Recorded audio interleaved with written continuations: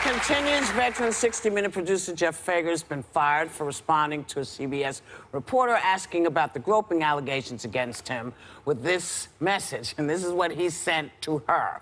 If you repeat these false accusations without any of your own reporting to back them up, you will be responsible for harming me. Be careful.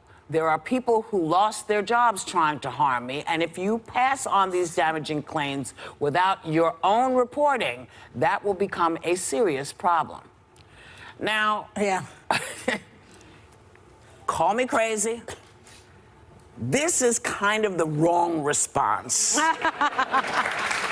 This is the wrong response. Well, it's exactly what most women who are in the Me Too are complaining about, that if they speak up, they will lose their job, that there's a threat about speaking up without 100% backing. You know, these are my words against yours. But if you, in fact, know that you're under suspicion for being a bonehead, be quiet. This text shows that you are a bonehead. Well, except for the threat part, because what he's basically saying is, look, if you don't have proof, then leave me alone. But then he says there will be repercussions. But that's not what he's saying. Yes, that's right. not what he says in the thing. What he basically says is, listen, be careful. Right. Be careful implies something could happen. That's right. Well, you know, and of course, he did this to the reporter that was reporting on the story. Yes.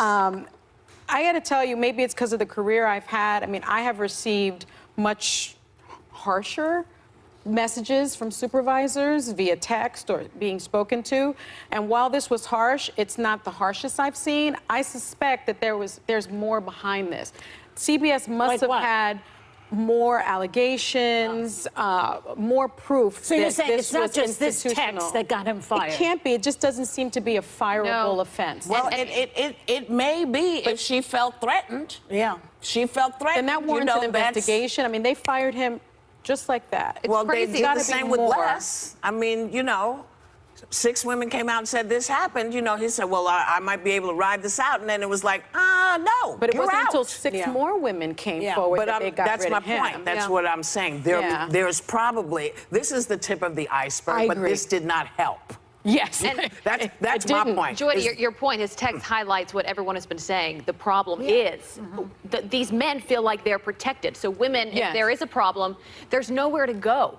There's nowhere to go. It's crazy he was under investigation when he sent this text. I can only imagine what was going on when he wasn't under investigation. There was a lot of gossip. Even I heard it through the grapevine of people I know that work there.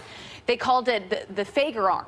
You'd go out to like happy hour and they would say, look out for the arm, because he'd come up behind you and allegedly. Yes. That's important, allegedly. And then he would touch women where they weren't asked to touch. How much alcohol are we talking about here, too? There's plenty of that. Well, let me say this. In his own statement, Fager called the allegations printed in The New Yorker false, but admitted to sending a harsh message to a CBS reporter demanding that she be fair in covering the story. He added this, quote, CBS did not like it. One such note should not result in termination after 36 years, but it did. Well, you're saying it's not just the note. It can't be. Right. I don't believe that. Yeah. I will give Gayle King a lot of credit. We didn't get to this yesterday, but she spoke not on prompter the other day and was so real and so refreshing for so many women. And she said, we need more transparency. I'm so upset that this has been going on and we didn't even know about it. And I think we should celebrate people like Gayle King for getting out there. It's not easy for her to do that. It wasn't. And I think she also wanted to make sure that the results of the Moonves investigation were out in the open and made transparent. And transparency... Because they were not going to. They weren't going to. Transparency is most important when it comes to these types of things. We'll be back.